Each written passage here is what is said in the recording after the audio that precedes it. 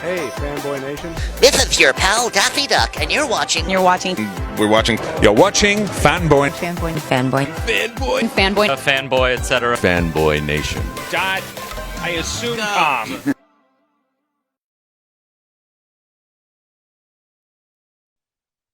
Hi, RC. Hi, Hallie. How are you? I'm good. How are you? I'm great. You know, it's been a very long time since we spoke. Last time wasn't the most pleasant of situations. It was shortly after your mom had passed. Oh. So, you know, I'm happy that this is a brighter note, shall we say. Thank you. Yeah. Thank you. And she was a wonderful woman, so we have to constantly remind everyone of that. She was amazing. The Last Champion. This is riding the line of a faith-based film in some instances, but you play a very dark character of Matilda Miller. You know, take us through that, because you also co-wrote the film. Yeah. Well, you know, we wrote a piece about a man who is on a very rough journey, having done something in his past that created a lot of reverberating ripple effects. He sort of shot down his boyhood expectations and made some people in his life very unhappy and hurt a lot of people. And because of all this shame that he feels, he's lived a life of isolation and actually just kind of shut down and you know, just went away. And he has to come back to face all these people and face himself 20 years later. And so the story is about him and all the people in the community who are part of his past. And so even though I'm one of the people, but there are a lot of other, you know, characters that interact with him and have issues with him. And so I think of myself as just a part of this story. And the part I play is definitely not, it's not Lizzie's mom.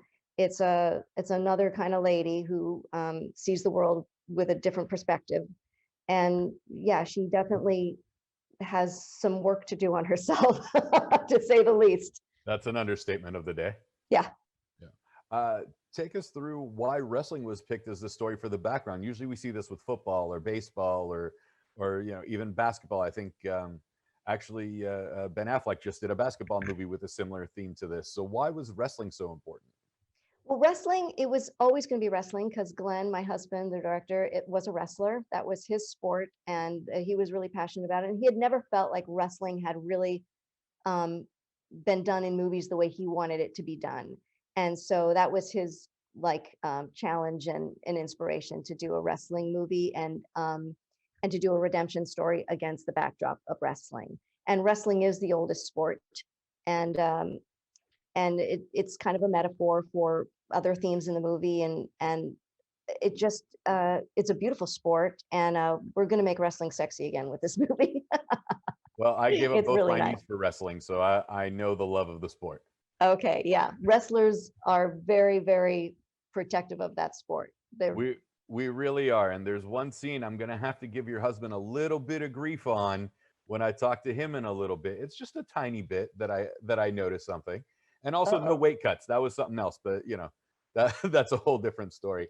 Well, there's one scene of them on the scales, but we didn't want the movie to be about that. It's really more of a relationship movie, you know. One thing, Vision Quest was the first wrestling movie that I remember from the 80s. Also took place in Washington. Take us through picking Washington as the location and just the use of natural light and the beauty that was the snow-capped village. Well, that was, and Glenn will have also a lot to say about this too, because he was the one that had to make it happen in the snow that year. But we chose that spot because we had visited friends there, and we saw how cinematic that part of the country, the Palouse, is, and we had seen it different seasons. And wrestling happens during the winter, so it was obviously going to happen during the winter. But we were hoping there would be snow, and we ended up having a record snowfall that year, which was really beautiful to look at.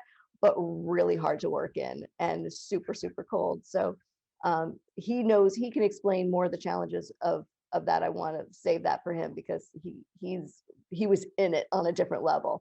But yeah, we had these places we'd visited and we were like, this would make a movie could be shot here.